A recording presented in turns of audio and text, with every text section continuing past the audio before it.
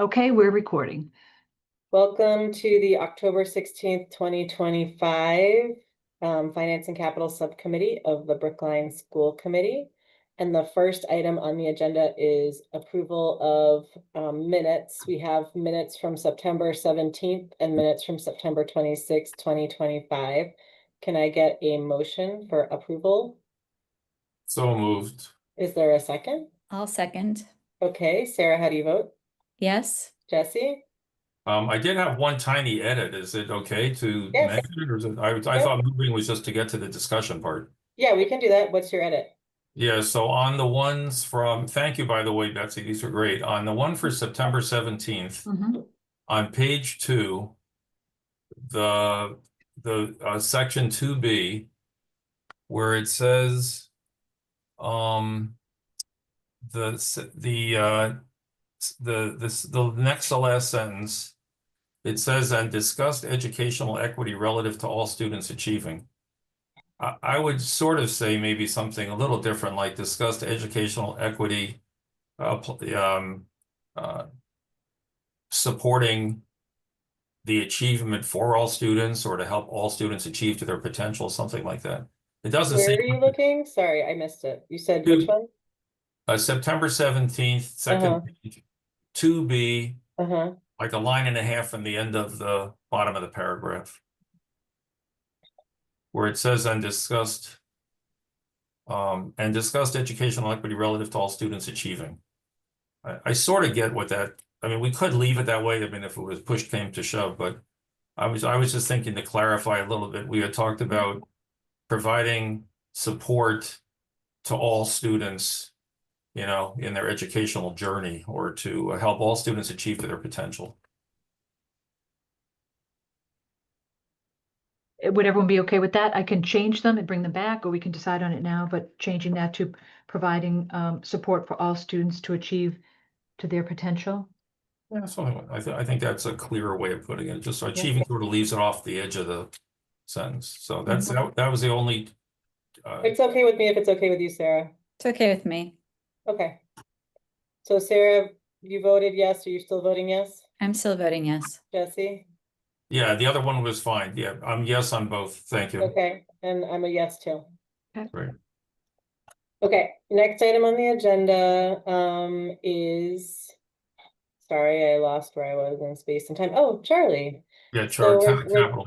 yes, we're going to hear the report from Charlie Simmons, the Director of Public Buildings, on both the summer projects and the related expenses, and then report on the final FY25 repair and maintenance budget. Thank you. I'm working off my laptop and I didn't bring the file with me, but maybe Betsy, you could put up. Sure. Let me get them here. I got them ready.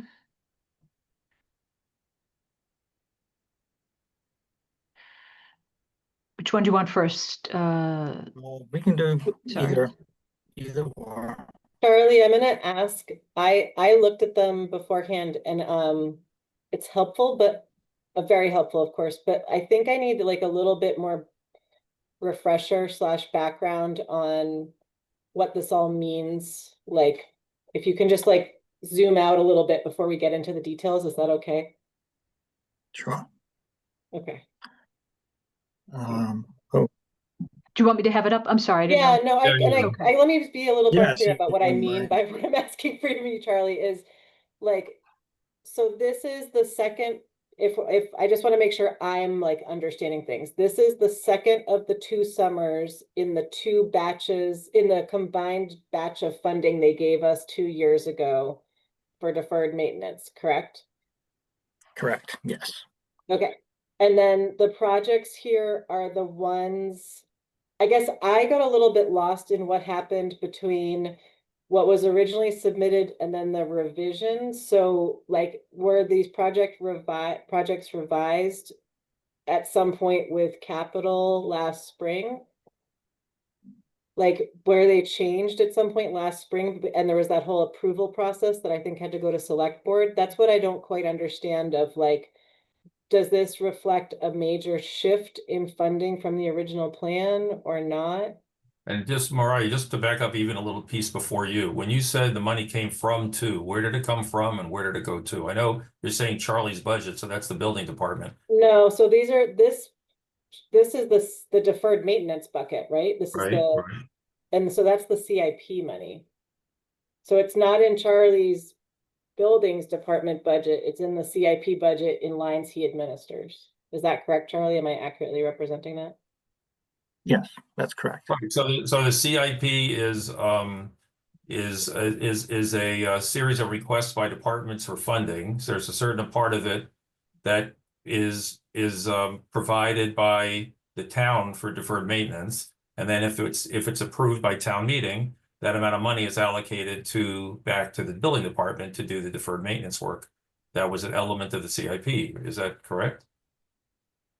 Yes, but 2 years ago, and Susan, jump in on any of this. 2 years ago, PSBX asked for, I can't remember the exact dollar amount, and then got a significantly larger amount beyond that was meant to be a 2-year allocation.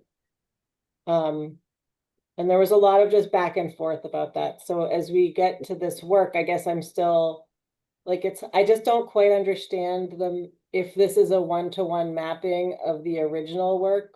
But maybe Charlie, you can explain that, like what's different, what's new. Maybe the new requests means things that were added after. I just don't know. Yeah. We'll call it the original deferred maintenance list was funded 2 years ago, and as you mentioned, it was over a couple of years that we did the work. The original list, if we're looking at Baker, is everything that's in the top part where it says complete. And of everything that was originally requested to be on that list and was approved has been completed, except for some work in some bathrooms at the new Lincoln School, which will probably end up being done over Christmas break, but I'll try to get that done sooner. So as this has been evolving, we'll say over the last year or two, there have been new items added, which is fine. And the idea was to first finish everything that was originally on the list. And then if the school department wanted to add more things, by all means, they could add more things. And then there was this process. It went through the advisory and the board of selectmen, and it was a vote. So what I have right now is the list that I have had working on the original items. The items have been added, and there are new items that were added very recently. And that's on a list that Susan and Joe had at the last meeting. That list is, I'm going to say $1.5 million plus or minus. Of the monies that were given, we'll say it was $4 million. I have, as of today, $1.3 million unencumbered. So that means other than about $25,000 I have encumbered for the new Lincoln to finish the bathrooms, is $1.3 million available under the mini CIP. Now, the next steps, and this is, don't go by this as 100%, but it's my understanding that it needs to go to the advisory and potentially to the select board if you wanted to change or add any more items to the list based on an original vote that was done 2 years ago. So for my discussion, I just want to focus on what was done from the original list, and we can discuss the newest list that was presented for the CIP if you'd like. But it's along the lines of some of the same things. So the 1.3 million, Charlie, is that the far right bottom grand total column? The one that says total remaining? yes, So that's the sum of all the things that are not complete and not requested, not new requests, ongoing. Is that how that works? yeah, yes, essentially. That's the amount of money that's left over for the original appropriation From 2 years ago, okay. from 2 years ago. And that includes everything that I paid other than New Lincoln, of all the work that we did. So there was estimates made per building, per project. Some were higher and some were lower. And overall, I guess we did Betsy, pretty can you good. make it so we can see the full page? Because we can't see the right-hand side right now. Thank you. So Charlie, can you remind me how much we had for 25 and 26? Hang on one second, Susan, total in that original 25 allocation? Yeah, give me 1 second. I was just looking at it. Okay.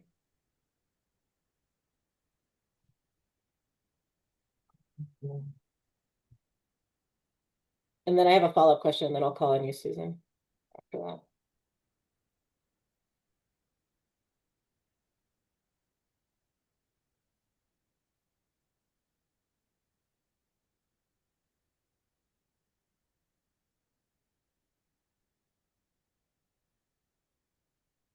I have it on this printout. Susan, do you have that dollar amount of what the combined CIP now? Yeah, I don't have it off, yeah, not off the top of my head. not off the top of my head either. Okay. I can get that.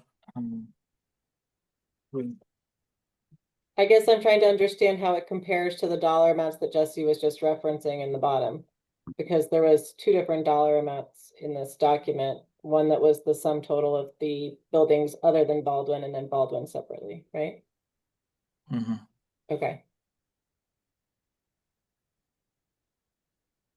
My next question was just, I'm a little confused because the red things that you're listing that are new, and maybe Mhm. Susan, you can help clarify. I thought that those things were being submitted for the 27, for our upcoming deferred maintenance request.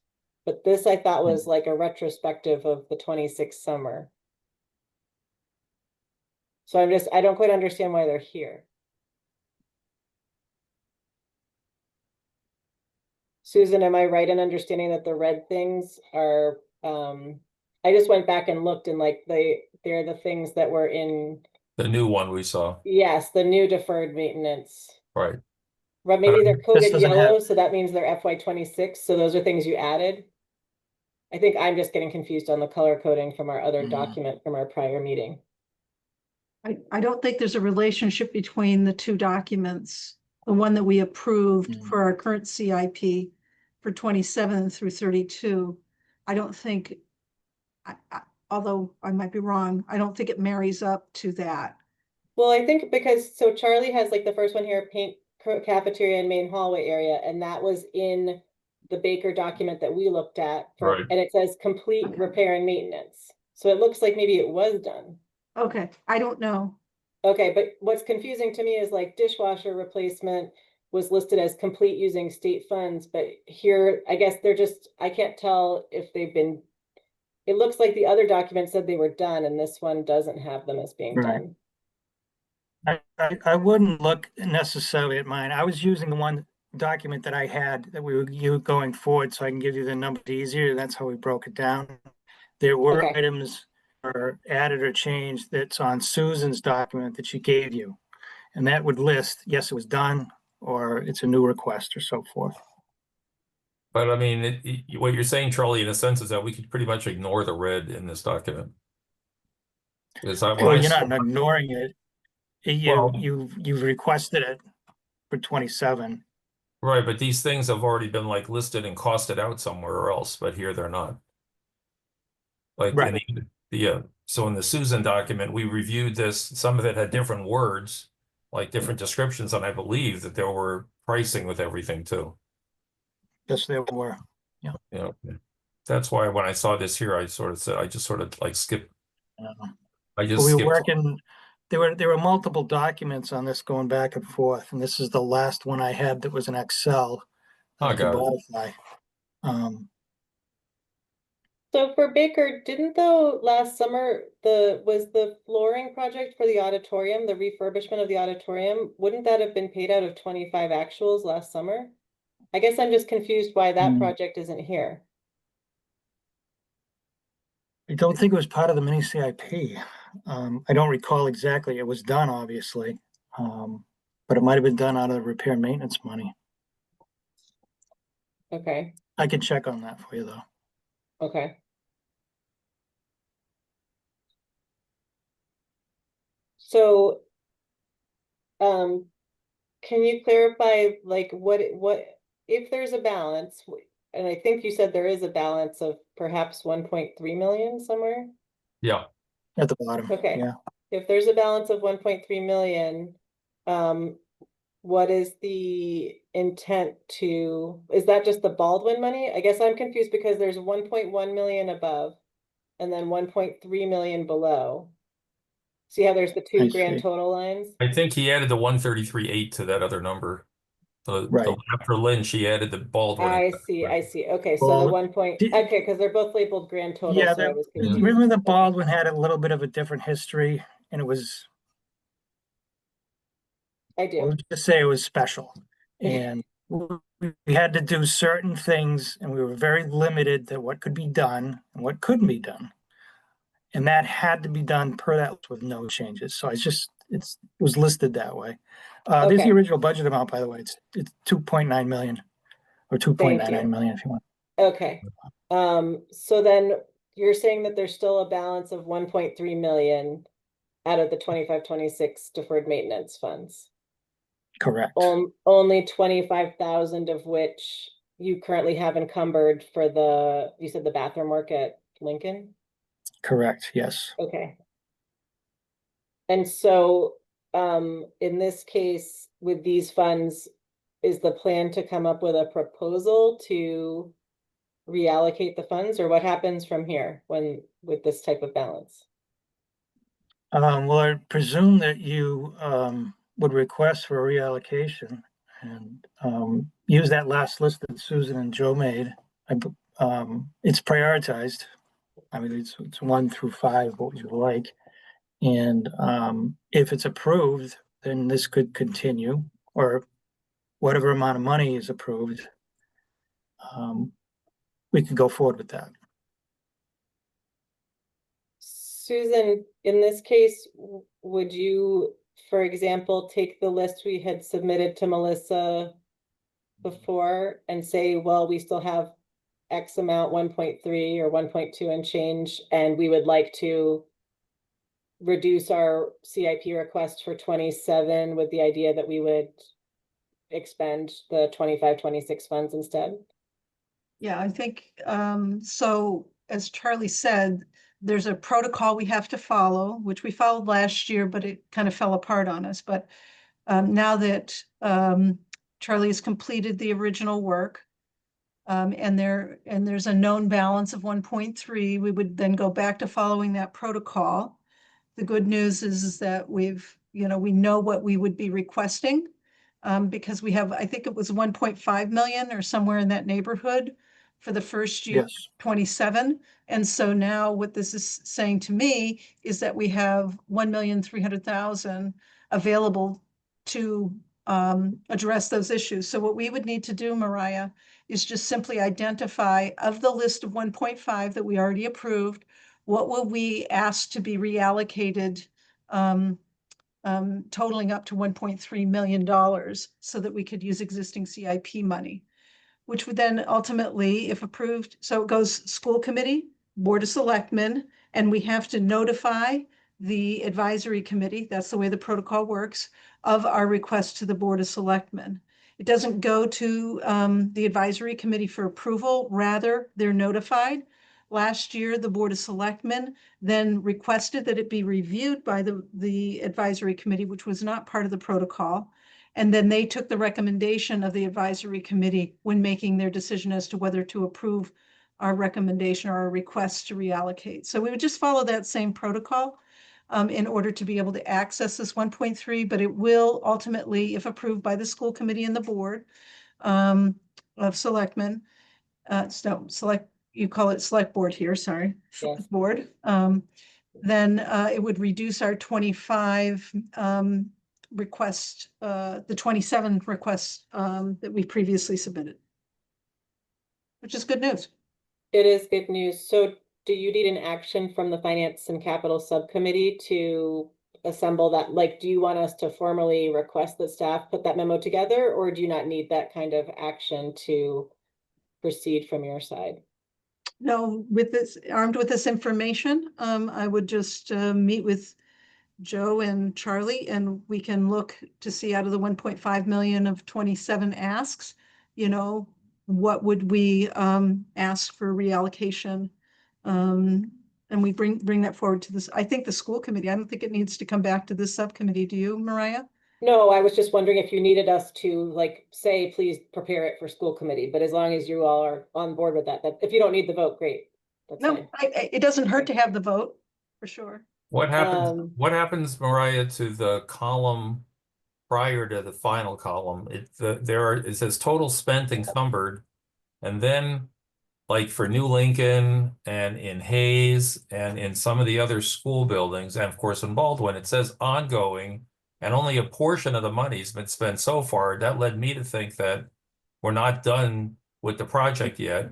And we're can gonna, you scroll up, Betsy, so we can see? I mean, and Yeah, for it Hayes, should for be. example, Hayes has like upgrade main electric to building to install heat pumps, 250,000.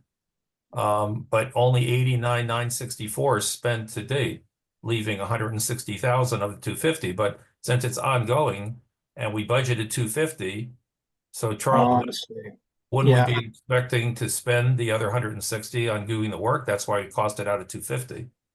I apologize. You're right. I should have updated those to say complete on the left. I was more concentrating on the numbers. That's a good call. All right, so the way I Everything look is at it, complete.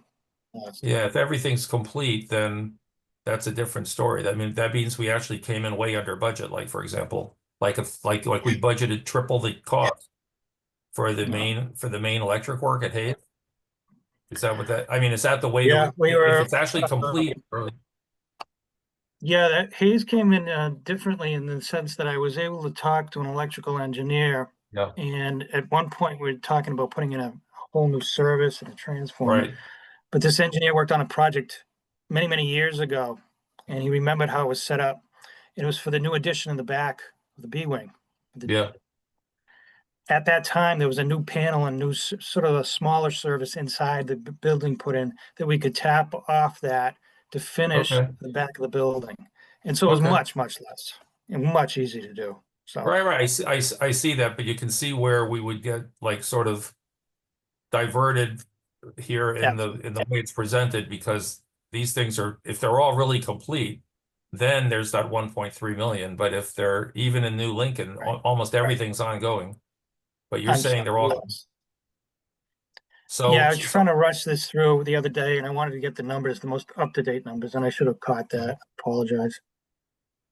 So are the, I get column status. Okay, I see that. But so are we to then say that the final two columns on the right, the one that says total spent encumbered and total remaining, are actuals as of today? Like the project's Yes, complete. Every line item that says ongoing or complete is complete, and still we're $1.3 million under budget. yes. For the All right. Hayes electrical, I remember Charlie did, wasn't it originally scoped at like 600,000 and then we reduced it to 250, if I'm remembering right? So it's been a Yes, huge that's correct. economical savings. You'd say. So my, Um, Good memory. Carla, Yeah. before I call on you, I just have one question. So Charlie, for the high school, with replacing the door, it looks like there was no cost though. Were we able to, it says it was 15,000 budgeted, but there's no actuals paid in 25 or 26 and it's marked as complete. Oh, because it came out of 24 Your apparently. R&M funds. I had some money left over. Gotcha, okay. Do we still have any funds left over in FY 24 repair and maintenance that we should be then including in the the request? Like, should it be a consolidated, this is how much is left in 24 or any prior years, like to have everything roll forward for 27? Well, that would be more of a question for Melissa. 24 monies would be gone. 25 money I rolled over into 26 if I had anything left, so I could pay the previous fiscal year's bills. So you're saying that all of our prior, I guess I meant deferred maintenance, not repair and Oh, I'm maintenance. So sorry. I guess my question is there any balance in any of the prior deferred maintenance years that should be also rolled up in this reallocation of funds? The prior years don't have the same select board process, but for example, if there's a couple $100,000 in earlier mini CIP funds, that could also sort of clean up some of our I see 27. your point. Yes, I see your point. Yes, that could happen. If Okay, it's, so maybe when you all Yes. meet, you can provide the balance of the prior year CIP ones too, again, just to sort of clean up old accounts and, yeah, okay, great. Carla? I think it would be helpful if there was an effort to distinguish between deferred maintenance and mini CIP. It seems to me, looking at the CIP write-ups of this mini CIP was supposed to be for the repair and upgrade of school facilities in between major renovation projects, including window treatments, new flooring, ceilings, large-scale painting programs, and toilet upgrades.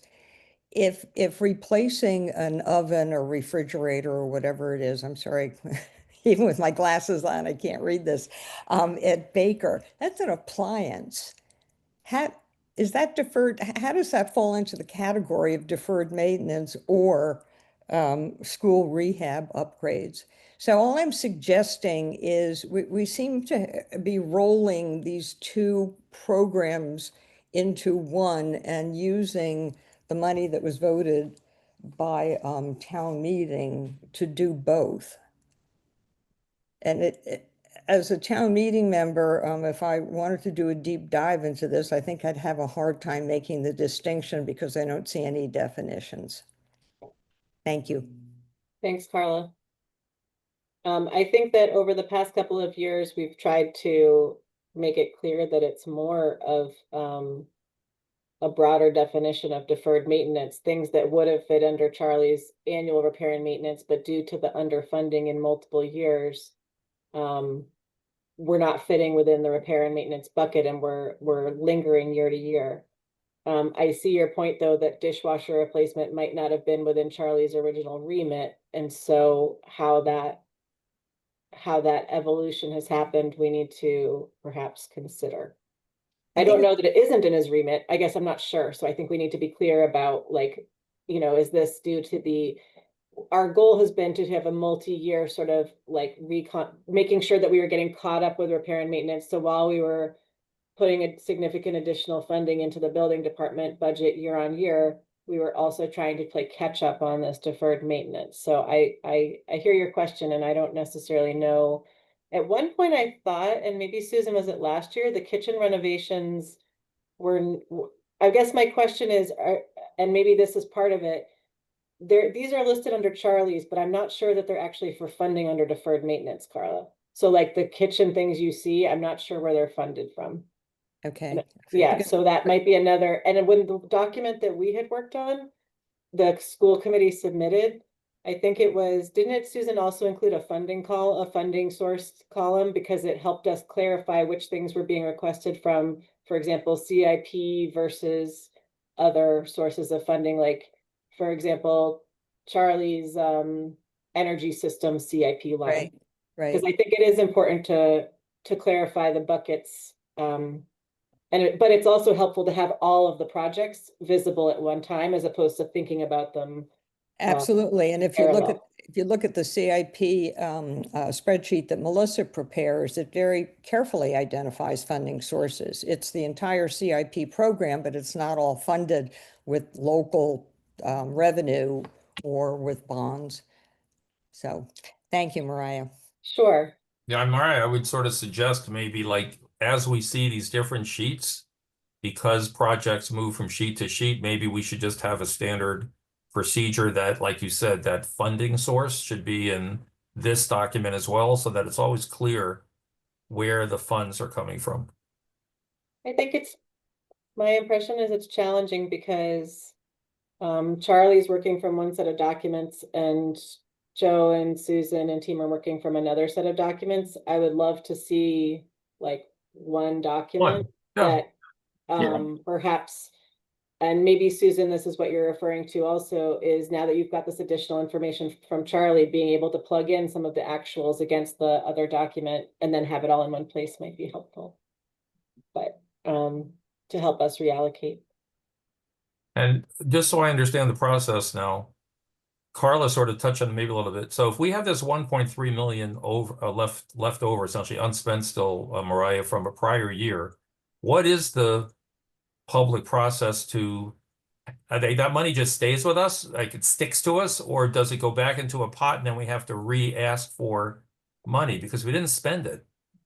Why These is funds it like, carry over year to year. oh, they do? So, yeah, so that's why we're also talking about Charlie's prior year funds that we had for deferred maintenance, like doing a little bit of a cleanup of earlier year funds as well to, Okay. again, if they carry a balance, this is often what happens, at least at my perspective. So Charlie and Susan, apologies if you don't think I'm representing, but I'll say my perspective is the funds are originally voted, and then if we don't spend them all, there's not necessarily a public process about how much was left and how they get spent later on. So this is an opportunity for us to actually look at those balances and then, you know, sort of formally reallocate them through the school committee process. That's again, So just my perspective. But there is an effort sometimes to close out funds if they're not Yeah. expended for a certain period of time. And my recollection is that that has to be by town meeting, right? Isn't the rescission of funds at town meeting, Carla? Actually, the finance director can close out those funds legally, Yeah. but I think as a matter of protocol, it's a vote of town meeting as well. Got it. Sarah? What is the relationship here between items that are listed as not funded and new items? The ones that were not funded, are they being funded by a different source at some point? Or are we reprioritizing and listing and deciding not to do those and having new things that we're going to do? Like what does it mean not funded and new? Well, it's partly the same thing. Again, there's been multiple worksheets, but if it wasn't part of the original request that was approved, it was either new or it was pushed ahead to 27, 24, on 29. And those items are on this new list.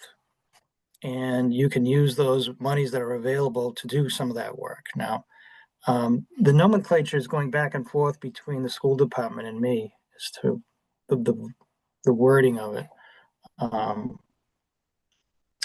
And Can I I just wouldn't add on to that a necessarily, little bit, Charlie? sure, go right ahead. Just to add that if you look back at our document that we voted a couple weeks ago, just using Hayes as the example, all of those things are on there from the prior year, and they're now either requested for 27, 20, like they all have dollar amounts and Right. future years associated with them. Just looking at the Hayes example where it says it's not funded, it doesn't mean, it just means it was in a future year. So Charlie was focusing this on the stuff that was for 25, 26. Okay. So it is in our plan, just not in this document, which focused on a specific set of work. And then what does new mean?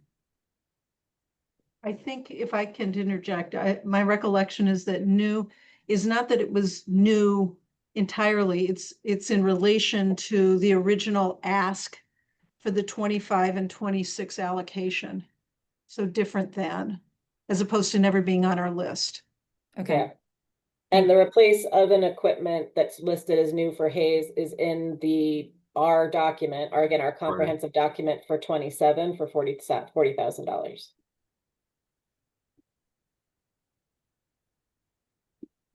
And how would that, and that, is that a deferred maintenance item or is that a mini CIP item? Replace an oven? Mini CIP is deferred maintenance. Right. Yeah. Okay. Yeah, I think what we're looking at here, which is unfortunately somewhat confusing, is our other document that school committee looked at from Susan, Mariah, is further ahead in time. than what's left over in some of these boxes, right? So it's confusing because if you look at both, you got to figure out which one is the more current version.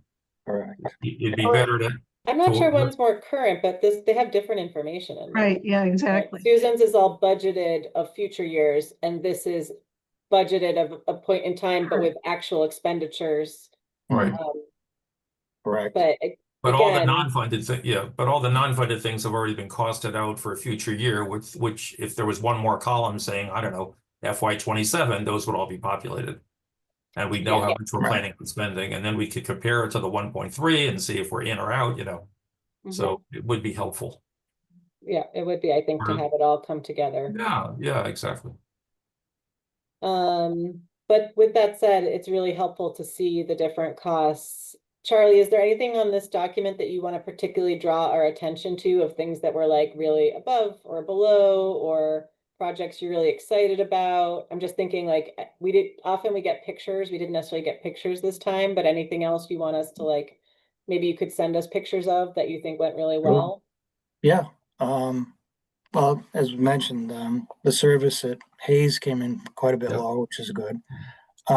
If you have a chance, or if you haven't yet, I'd walk through the new Lincoln School and the Runkle School. It came out really nice. The colors are great. The building is clean. I can't say it looks 100% brand new. It was both retired, believe it or not.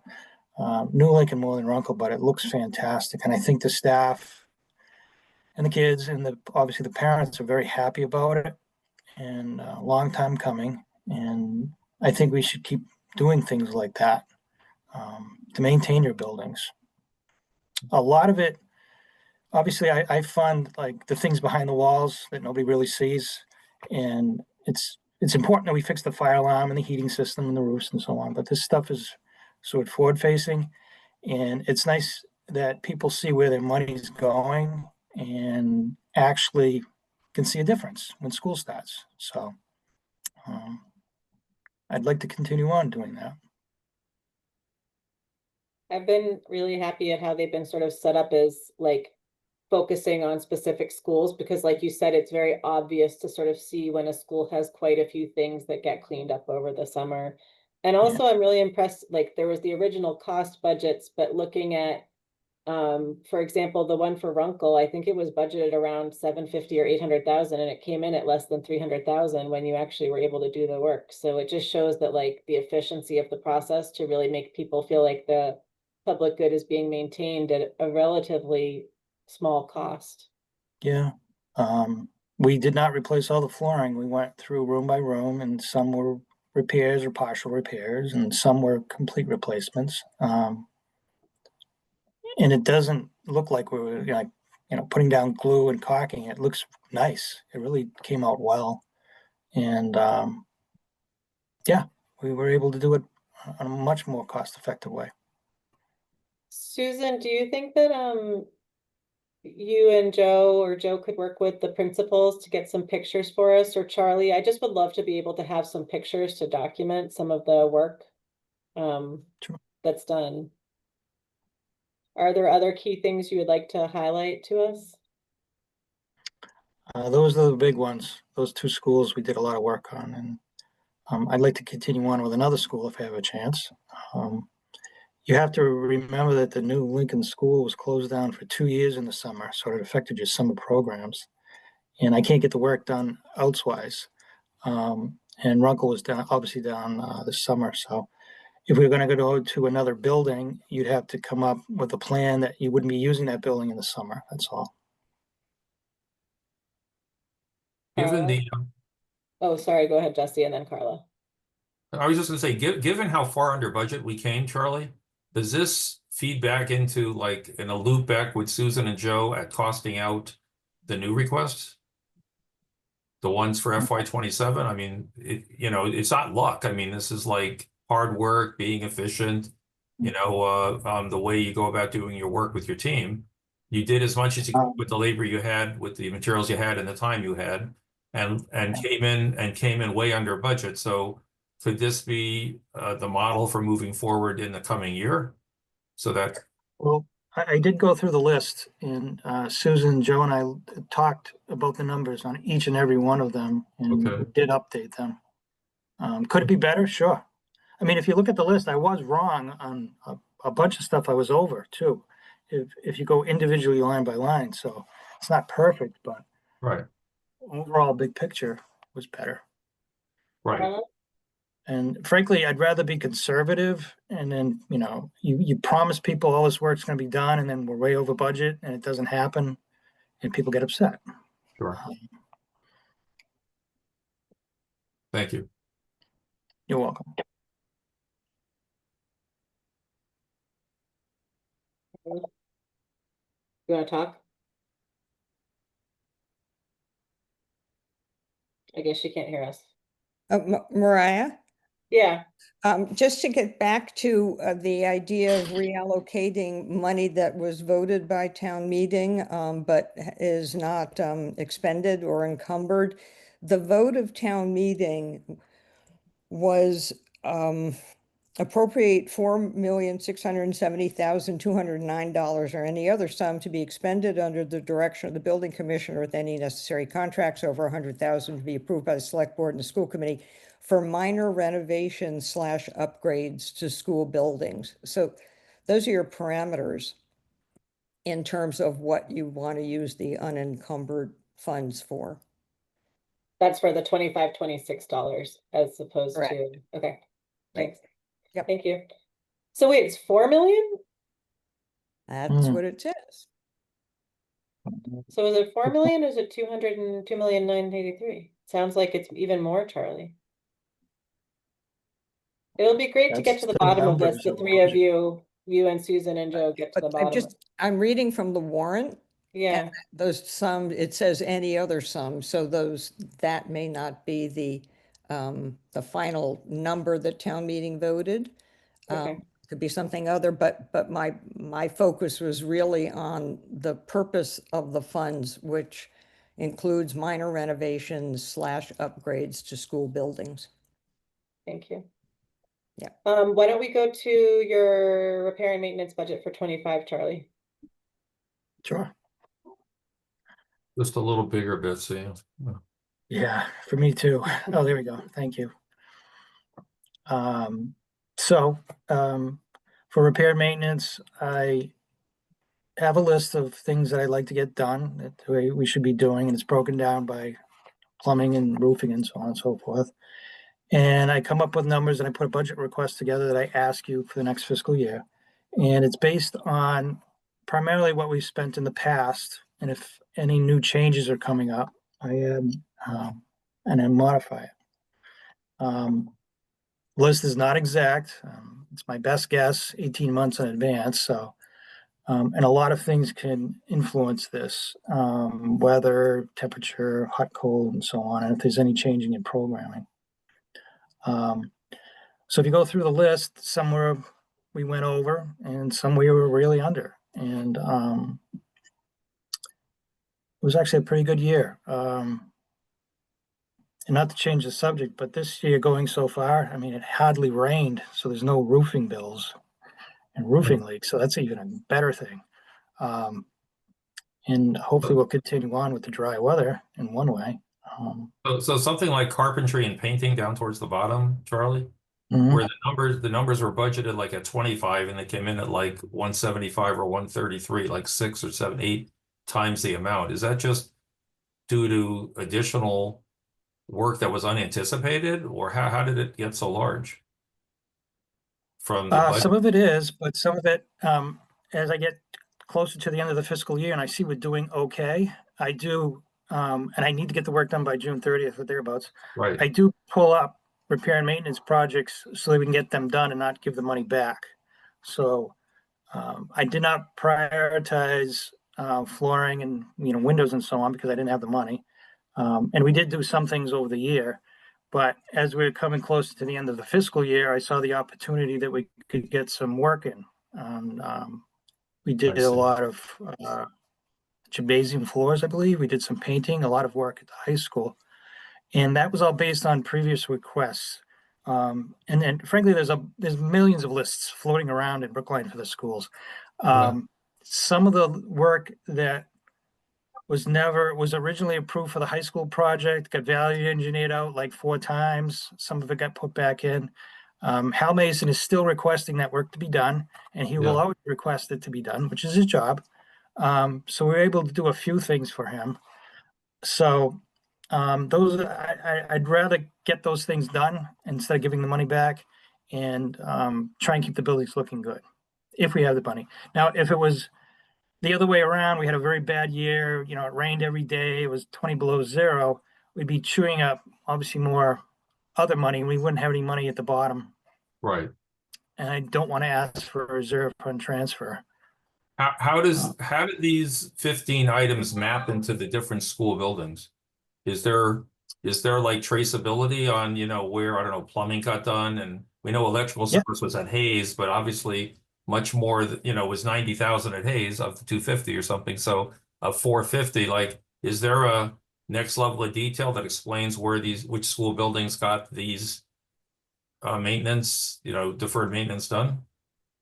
Yes, every item purchased, whether it's a screw or carpeting 10 classrooms, is encumbered based on a code for the building. So if you went into Munis and you filtered it, and anybody can do this, you could get all the work that was done at the Runkle School for the last year. And that includes PM work and repair to the boiler and painting and everything. And I do look at that. Now, what historically happens is the older buildings actually use more money and the newer buildings don't use as much because they're in much Sure. better condition. Yeah. But the newer buildings cost me more in preventative maintenance Right. because the newer buildings have a lot more equipment or a lot more elevators, and it's much more of a complicated building. So it's a trade-off. I mean, if we renovated all the buildings again, obviously reactive maintenance would go down and preventative maintenance would go up, hopefully. Jesse, I just want to clarify something. You said that, oh, the Hayes electrical came from this budget. It did not come from this budget. Hayes, this is Charlie's actual building repair and maintenance budget. It's above and beyond the CIP budget or his other CIP lines for repointing buildings or windows or removing oil tanks. So there's many different funding sources that buildings operates from, and this is the operating budget portion of it, not the CIP portion of it, just to clarify. Okay. I guess what I'm trying to figure out though is like how to map it into the schools, like which buildings are actually getting these dollars. Yeah, So I could give you a communities- report on that and break it down in the detail for you. Thank you. That would be very interesting. I would appreciate that. Yeah, Carla? Carla? Yeah, was my hand still up? Sorry. Yes. It Is is, that a yeah. new hand or an old I hand? apologize. Okay.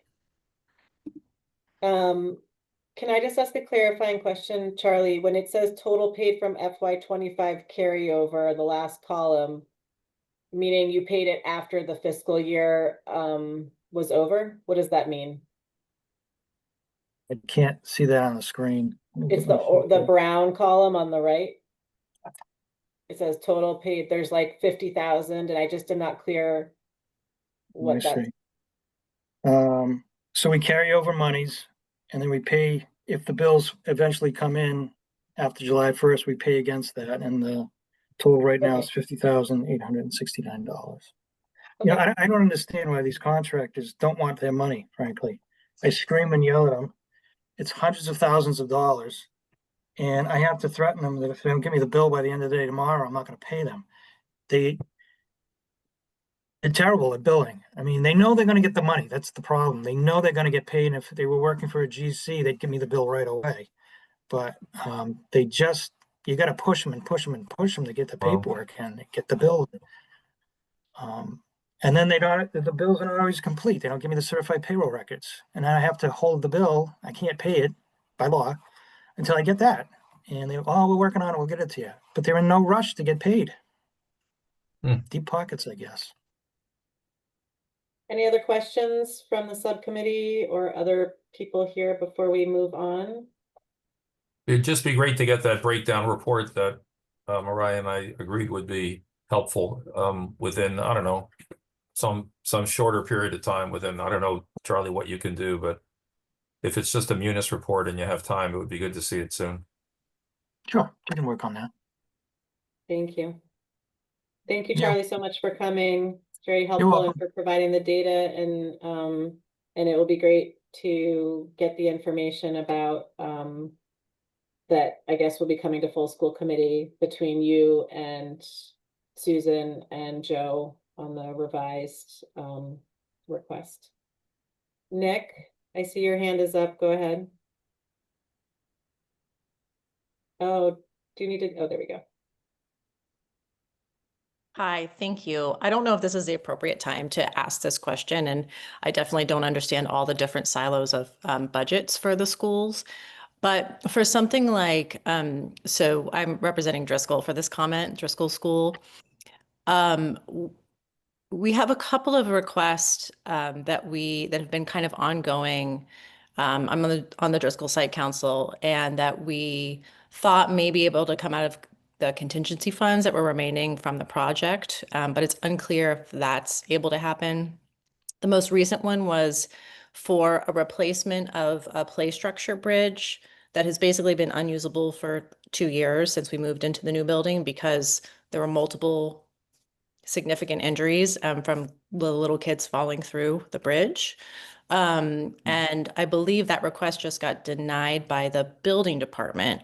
So I'm wondering if maybe it went to the wrong place, first of all, or if there's a different sort of funding source to deal with something like that. It's not necessarily maintenance. I mean, maybe it is. Or is it different because it's kind of outside the building and not inside the school building? But it's been, we basically have an unusable play structure that's for our BEEP and kindergarten playground that's just unsafe to use, but we haven't been able to find any department or funding source that we can actually use to replace that. I think that Yeah. was probably the building commission, right, Charlie, and not the building It department? was, Yeah. there was a request made by the principal, actually by Karen King that works for me, to the building commission, and it came up on Tuesday night. And it was discussed. The building commission actually did not vote on it at all. They didn't say yes, they didn't say no, but they didn't approve, obviously, giving the money for it. And they pushed it back. Now, pushing it back to the town, it wouldn't be me, it would be outside the building, so that would be the Parks Department. I believe we're just gonna go contact the Parks Director and see what she can do, see what kind of funds she has, and work on coming up with a solution for that. So it sounds like Nicole could follow up directly with Karen or you and the Parks Director, or you're going to do that? Okay. I thought she's already been requested, but I could be wrong because the way the vote came Tuesday night, that it was sort of directed back to the DPW, so. But I I know can that, follow up there. okay, that'd be great. And I know it's not your jurisdiction if it's going to parks, but the time it's been, I think since the building opened, that this has been kind of an unsafe closed structure. And it sounds like there's some money somewhere. But people have to be willing to actually allocate it for that. So I would, hopefully, I don't know what you think the turnaround time would be to hear back from Parks about that. Or if those contingency funds still exist, I haven't been able to get an answer on that. So, The contingencies fund still exists, but about 3 months ago, the commission voted on a list of items to remain, essentially. And after those items were completed, then the budget was supposed to be closed out.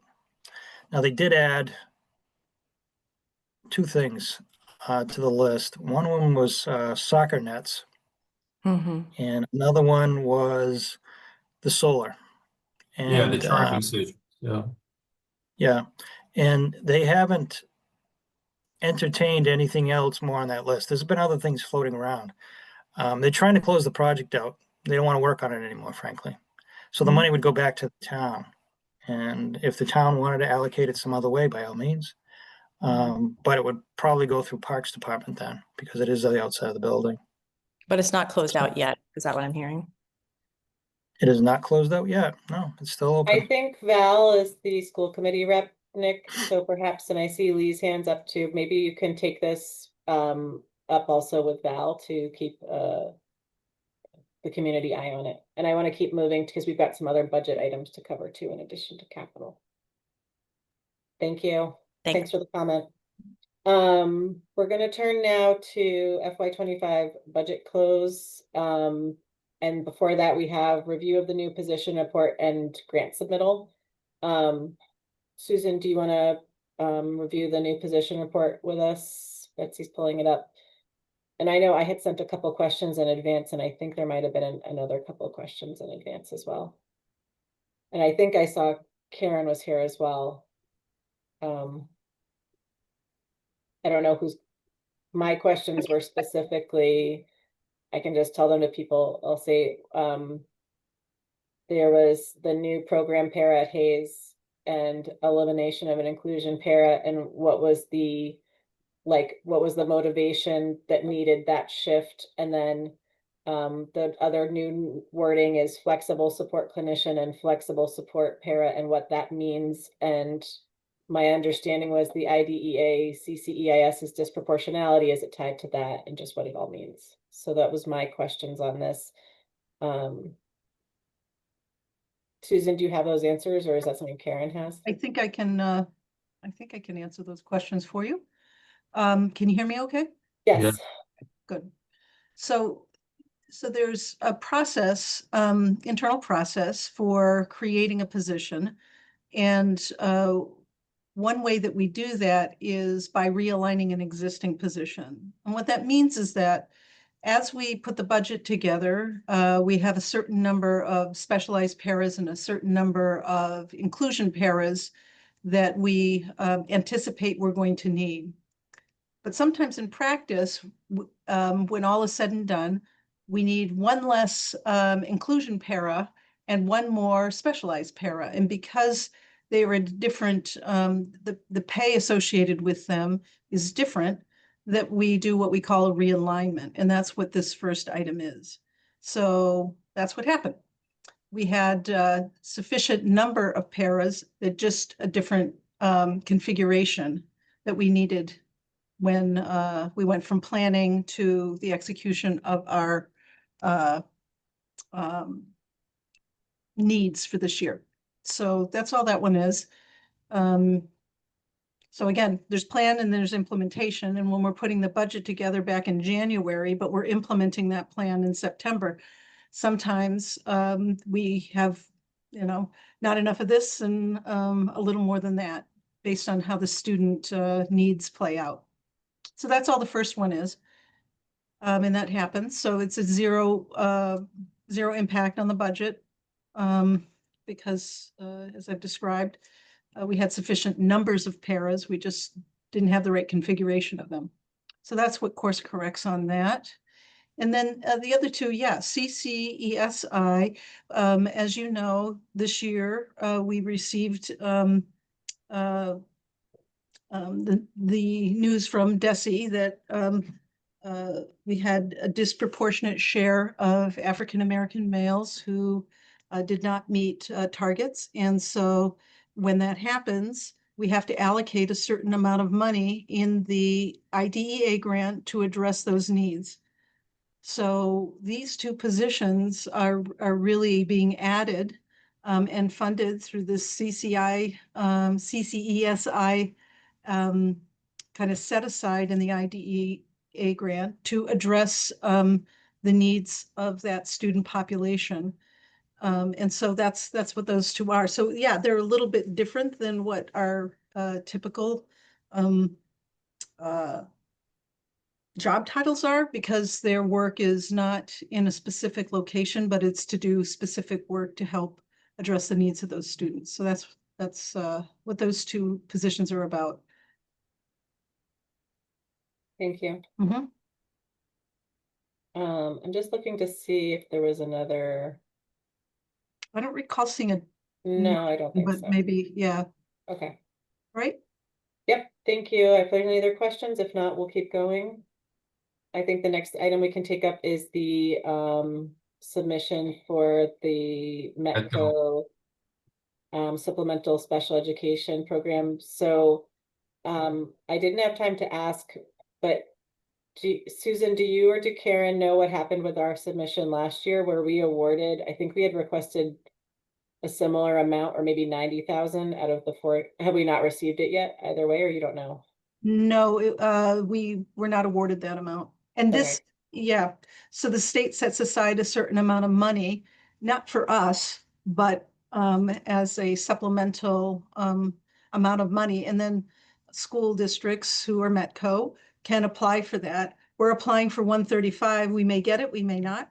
We may get less, we may get a little bit more. We don't know. So The this is total pool is less than $400,000 for the whole state, though. So yeah, exactly. just to set Yeah. expectations for people who don't know. Yeah, exactly. And not all apply. So we don't know what we're going to get, but we do know what we're going to use it for. And that's for paraprofessional. And it isn't for new paraprofessionals. It's to reallocate paraprofessional costs against the supplemental grant if we do get it. So I have I will make a motion to approve the submission. I'll make the wording. I'm moving that the school committee finance subcommittee has reviewed the following grant application and approves it for submission to the grant awarding authority as listed below. Is there a second before I take Donna's question? Second. Okay, Donna, go ahead. I'm sorry, I was such a hard time with the unmute button on my phone. Thank you. My question was just, so last year did we not get any of the 90,000? Is that right? We didn't get the grant last year. And do you at all get any feedback as to why you don't get it, or it's just like a hard no? I honestly don't recall, Donna, I think we just get notified, like typically. Typically, we would just get notification. Thank you. Yeah. I want to say that there might be some sort of district financial, like, wealth of the district consideration. I vaguely recall in some of the documentation, but Karen, I see you unmuted. Do you have something to say about it or no? No. Okay. Okay, so we have a motion and a second. Sarah, how do you vote? Yes. Donna? Yes. Jesse? Yes. And I vote yes. Okay, next item on the agenda is the FY25 close report. And I think we are going to hear from Susan. Donna, I see your hands up. Go ahead. Thanks. I was just going to ask Susan, I know if you can maybe give like some light framing for the new people about what this close report is and how it's structured or framed or put together. That would be helpful for me. So because you're new and other people are new, Donna, I took the time to do a little bit of a recap before sharing what the final numbers were, so that folks that may not have been here at the beginning of last year and present for the reports when they were presented would kind of have a little bit of a sense of what the conversation was and what information was shared at that time. So I took the time this year in writing this to provide you with some summary information that recapped the various quarters so that it would help you better understand the information in the final report. So Can I just take one step above that, Donna? We get quarterly reports from the administration. And so I don't remember if we've gotten any since you joined because of the timing. And so this is the end of year report, the fourth quarter, as it says, but then we will also get like Q1 reports, Q2 reports. So we'll get 4 reports a year. So essentially, this is the final reconciliation for FY26 or 5. 5. Yes. Yeah. Okay. Got it. Thank you. And Susan, I did read that. That was amazing. Thank you for doing that. yeah, you're welcome. So that's really what's before you, and I'm not sure in what level of detail you want me to go into. I did spend quite some time writing this, and I'm not sure, given the limited amount of time that we have, Mariah, what your pleasure would be in terms of presenting this, or would you like me to just recap the 25 closed portion, or what would you find helpful? I guess I'll open it up. Thank you for asking, and I'll open it up to the committee to see if there's specific questions from people that they have. I think that would be effective to focus first on. Are there specific questions that people identified during their reading? And I also would just make sure that our advisory committee colleagues know that they're, of course, also welcome to ask questions if they have them. But the document's blank on the screen. I don't know what's happening here. I'm going to stop sharing and try to pull it back up. Okay, thanks. I also want to say that if you remember, Donna, you were here in August when I did give just like a little brief summary of, you know, how the deficit component of our budget played out. So this is much greater detail. At that time, I didn't have a lot of the information had not been fully processed through the town, so I wasn't able to give you the level of information that I have available for you tonight.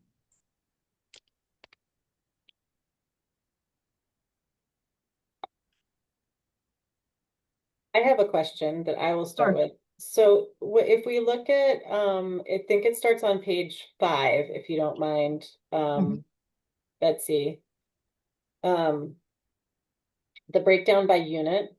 One of the things that I don't quite understand is, it's my recollection, and perhaps I misrecall, that there was essentially a spending freeze partway through the spring so that we could shift funds to cover student services.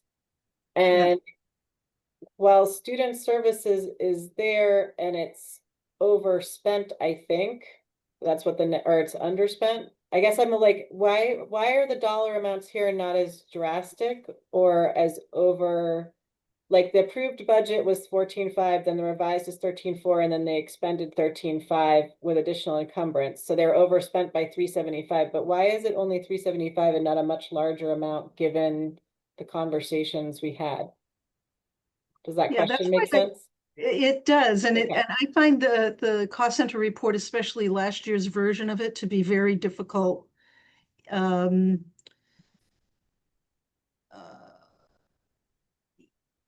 to use as a tool for explaining in general terms what occurred during the year, which is why I added the line item, because those accounts are usually the ones that we refer to. So that's why I added the summary by line item so that you could better see when we talk about overspending in various hotspot categories. You can't get that from this report by cost center. What happens when Betsy, if you go to the report before this that I added, and I will continue to provide this to you moving forward as a nice little summary, because this is where, when we talk about claims and settlements that we've been talking about as a hotspot all year, this is where you can see that. One of the things that's important to note, and as I was doing the recap, Mariah, one of the things that I think was maybe a bit of an injustice is that when you talk about where you're in deficit, you're not also subsequently talking about where you're running, to the positive, to the good. And so when you look at it in this way, you can see claims and settlements, which what we're talking about here is the out of district tuition settlements. Okay, so, we keep trying to go back to making this connection. Though those were running hot, as we say, or overspent. If you look several lines down, you see out of district tuition. So it's about 6 up from the bottom here. You can see that's to the positive, right? So one nets out the other. And so it's really, in terms of overspending, was only 32,000. So what you're recollecting is true. These hotspots area were running really in deficit, but there's other accounts at the same time that were running positive. And that's kind of what you weren't able to get. And we weren't able to share in a way that was clear to you at the time. So that's why I've added this report, so that as we're moving forward and I'm doing a quarterly report, I'm going to also summarize it in this way so that you can see both things that are running over and things that are running under by categories that are really more indicative of how we spend our money.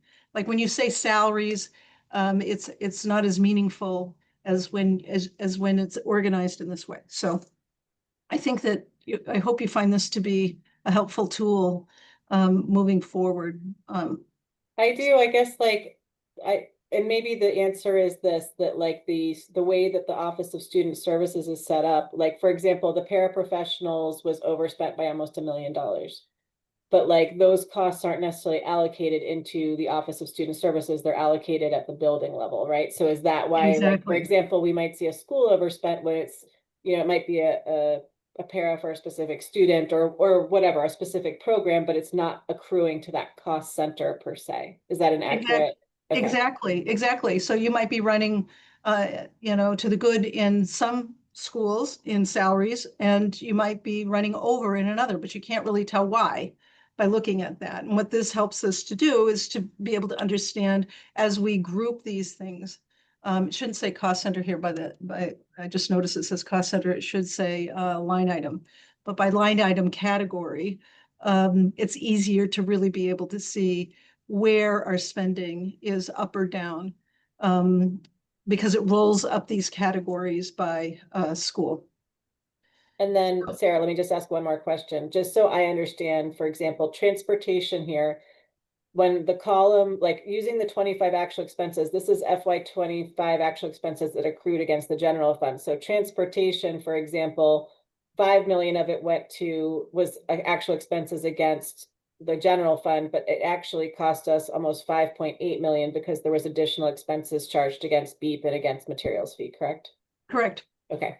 Thank you for that, Sarah. Go ahead.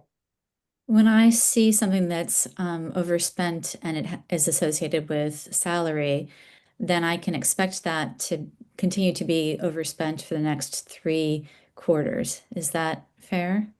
Sometimes, but sometimes we have what's called breakage, Sarah.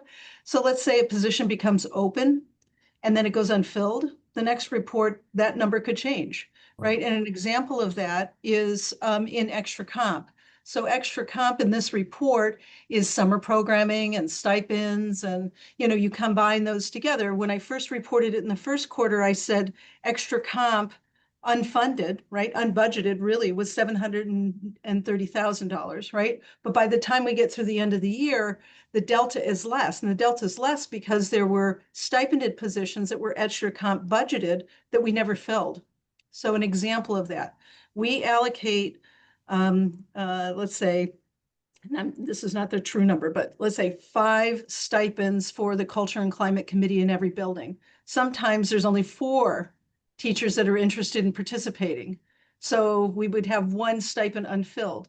That accrues over the course of this, and likewise in athletics, right? That's another form of stipend.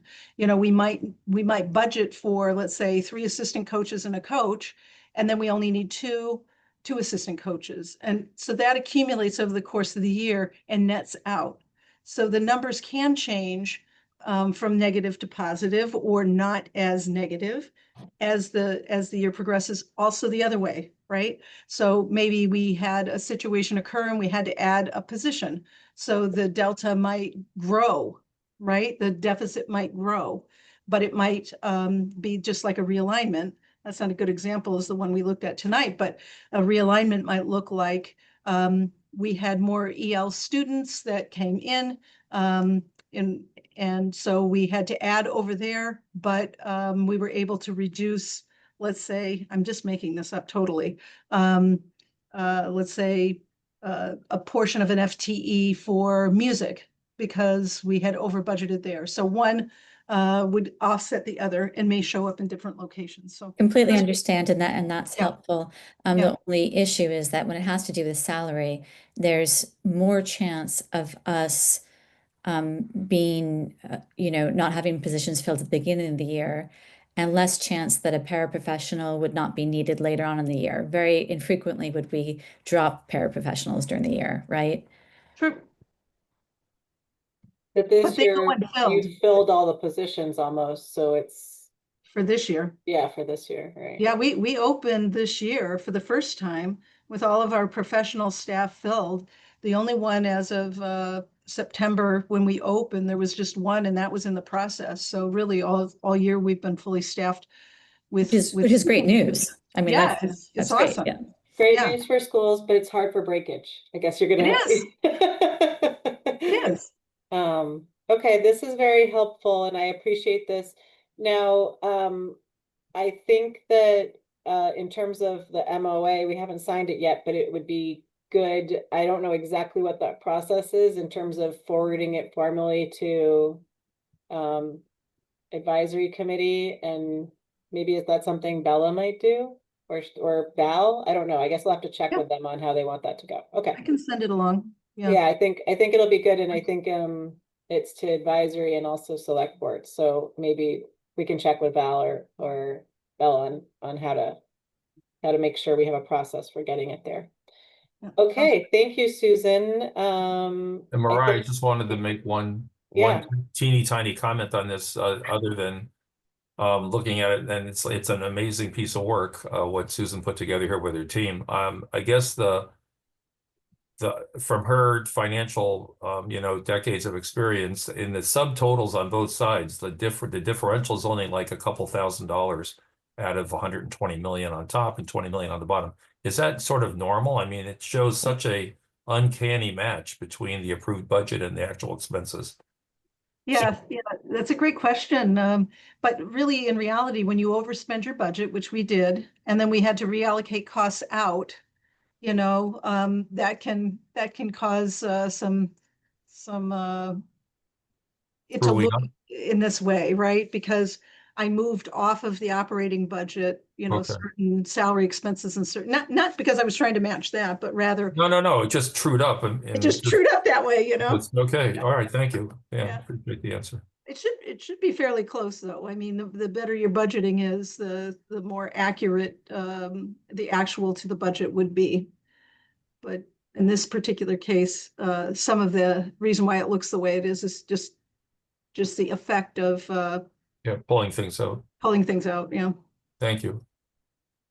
Okay, thank you, Susan. Thanks to the team for that. And I think we're Can gonna I just turn. give a shout out to Z and Donna Chisholm, because they really work so well together, and between the three of us, and Deb McDonald, who is the payroll and benefits manager. Just really a lot of good work went into creating this and setting ourselves up for better financial reporting in the future. So I do want Excellent. to give a shout out to the team. I mean, it feeds in really great to the kind of view we'd see in the budget book for next year, Susan, right? I mean, when I saw it, I said, wait a minute, this is like our budget book without a couple columns, Mariah, right? The FY27 numbers. It's Yep. magic. Yeah, look at that. We get Well, when you there. prepare, It's when you do financial magic. there's such good preparation on this end, I mean, at this point, sliding it forward is just, it's going to work so much better. Yeah. Yeah, it's great. Great. Thank you.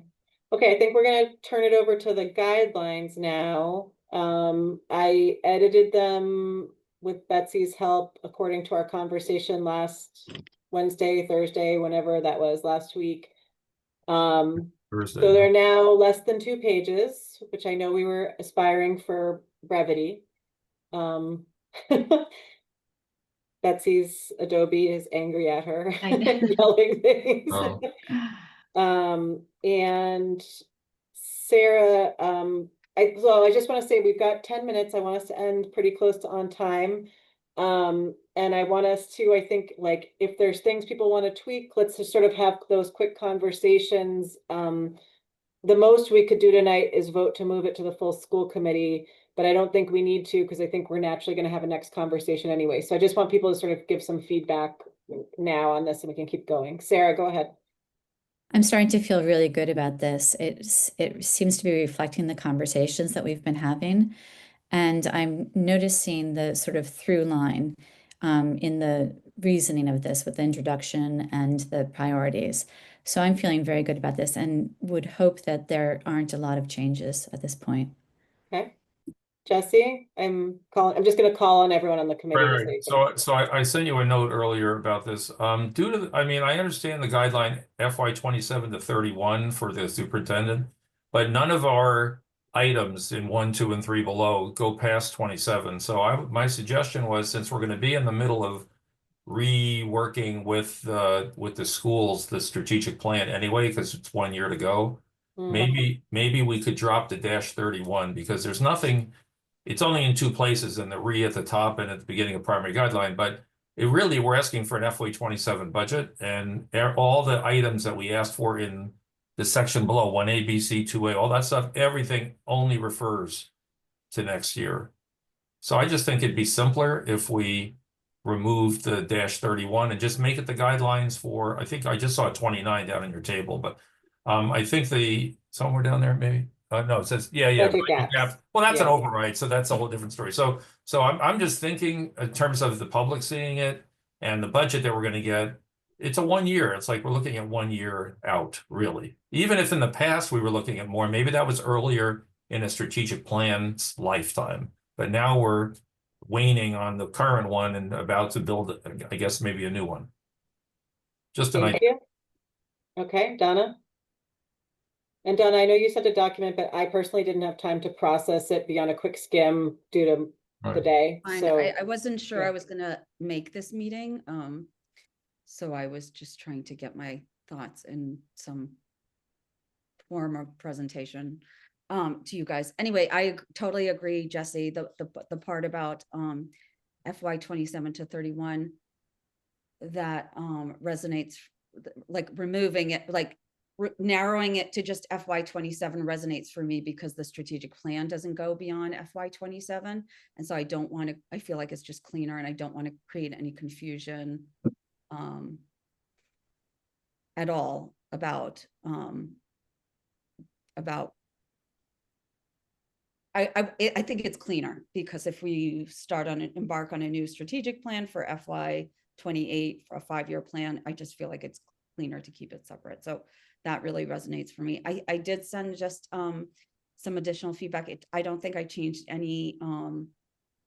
I did not change any of the budget priorities. I did add a little bit more. I would say there were some like slight structural shifts, and maybe some more strengthening of the clarity of our budget guidelines.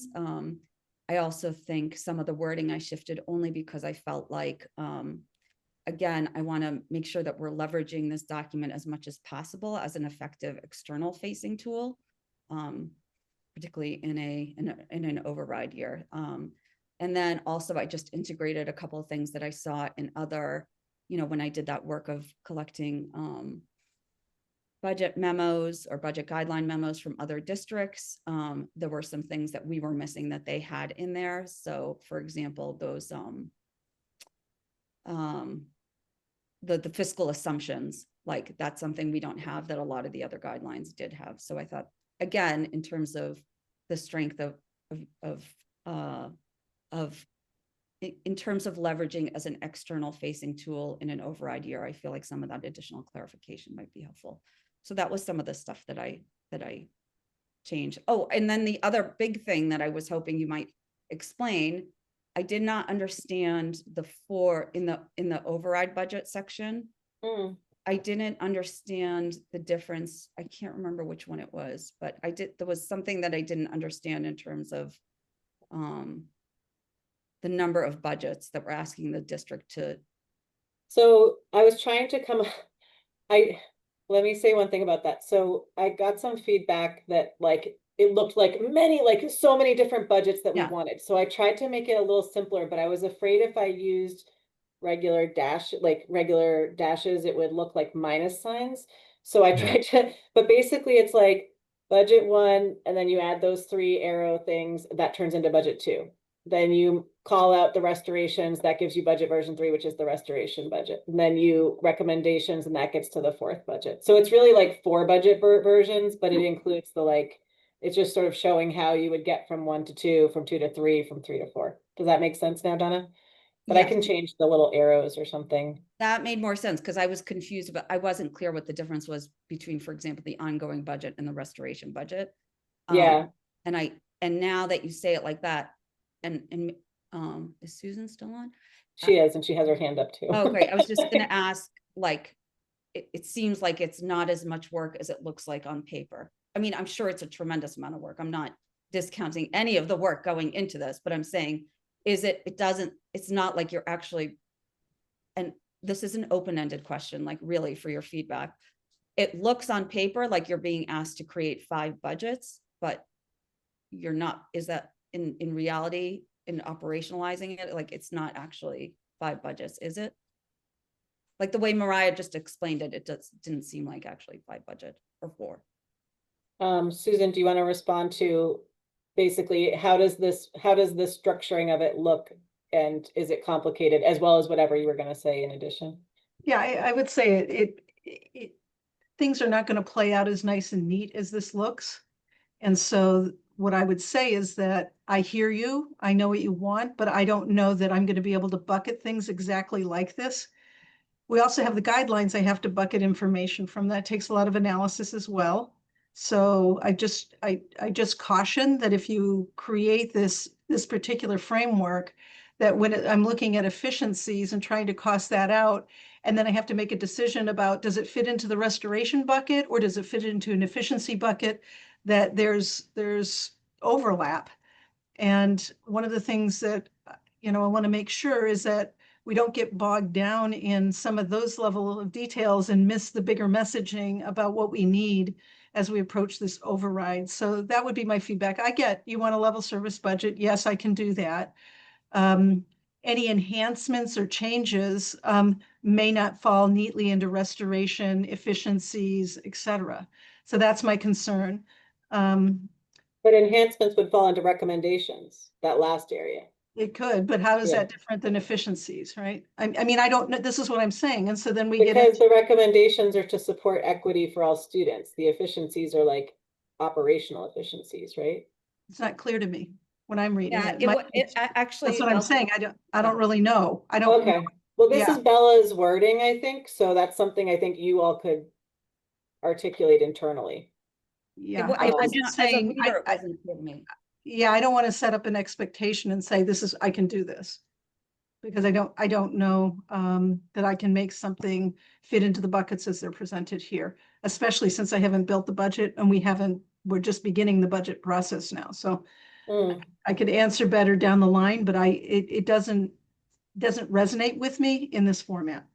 And I'm the one that will have to try to figure out how to navigate that. Yeah. Okay. All right.